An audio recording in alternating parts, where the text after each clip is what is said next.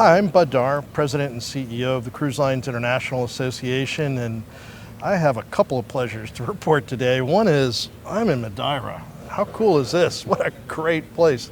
Never been here before, excited to be here. But more importantly, in the moment, I'm here with Dick de Graaff, who's the Managing Director of Cruiseport Amsterdam.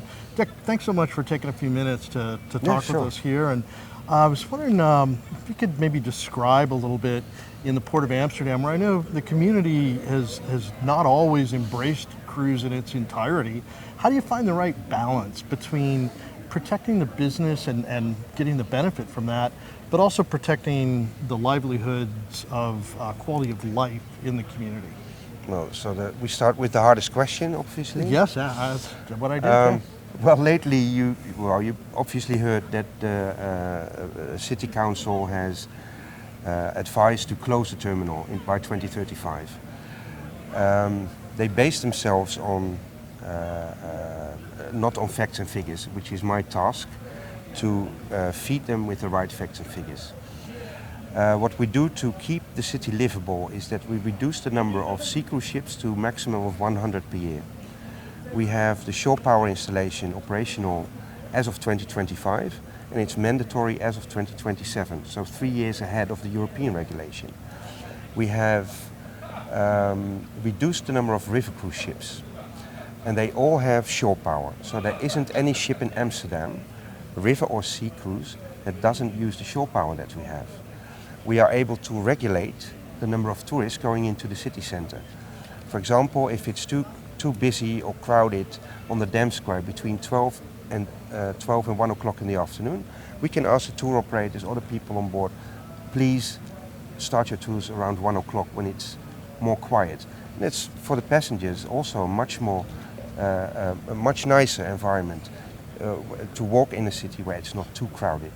So, I mean, what you just described sounds like a really good piece of the solution set for managing unmanaged tourism. Yes. But that's unique to cruise, right? I can't imagine how you would do that for the other large number of tourists that are coming to Amsterdam. They can't.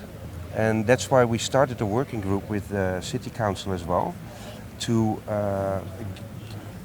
give them the idea and to talk with them and discuss with them how you can regulate tourism. I can't regulate buses coming from Rotterdam or IJmuiden or Kampen for the river cruise ships.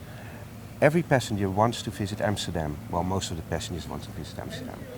And I can't control the number of buses, at what time they come, how many passengers they carry, when they come in, when they go out. So my focus for the next few weeks is, apart from keeping the cruise in the city center of Amsterdam, because it's also part of the maritime heritage that we have in the city. And we're the most visible part of that maritime heritage. So I'll do my utmost to keep it and to make sure that the city council members, that they're going to embrace the cruise. Well, we really thank you for those efforts, and I know the members that I represent are very committed to working with you. Yeah. Not only just to address the political problem, but address the legitimate concerns about tourism flows and how to best manage that. Yeah. Let's talk about sustainability for a moment. You mentioned shore power. Yes. I mean, how important is that overall? I lived in the Netherlands for 3 years, and I felt like it was a pretty high priority for the population there. Yeah. What sort of efforts do you have underway, and what sort of success have you seen? Well, the success that we've seen is that the shore power is, it's already operational. Together with the shore power installation for sea cruise, we added 8 points for river cruise ships on our quay. And furthermore, we work with electric forklifts in the terminal, and we're going to build these charging stations for touring cars in the terminal. So we try to get the tour operators as well to use electric buses that they can charge in the terminal with us. Wow, that's really interesting stuff.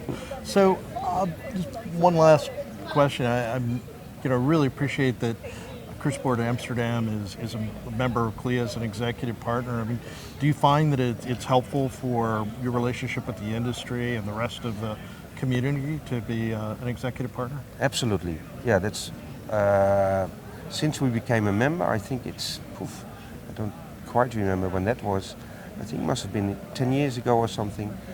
Since then, I really appreciate all the events that are organized.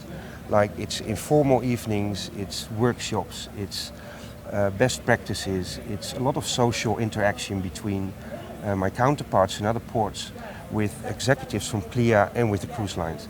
So it really adds a huge amount of value to our business in Amsterdam. Well, Dick, thank you for your support of CLIA, being part of our community, and thank you very much for joining me here and joining us at this event. My pleasure. It's great talking My pleasure. with you. Thank you. Thanks so much. Thank you.